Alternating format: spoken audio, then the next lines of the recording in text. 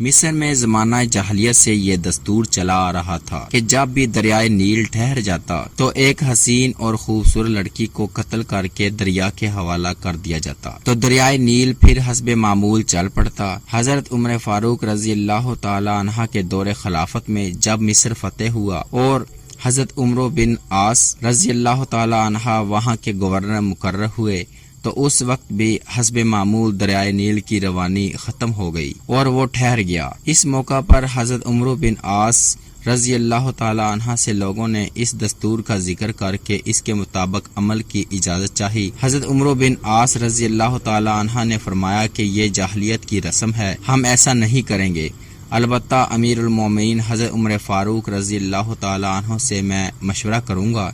چنانچہ حضرت عمر فاروق رضی اللہ تعالی عنہ نے امیر المومنین کو خط لکھا اور اس واقعہ کی پوری تفصیل بیان کر کے مشورہ چاہا۔ امیر المومنین حضرت عمر فاروق رضی اللہ تعالی عنہ نے اس کے جواب میں دریائے نیل کے نام ایک چٹھی روانہ فرمائی اور حضرت عمر فاروق رضی اللہ تعالی عنہ کو لکھا کہ وہ چٹھی دریائے نیل میں ڈال دیں۔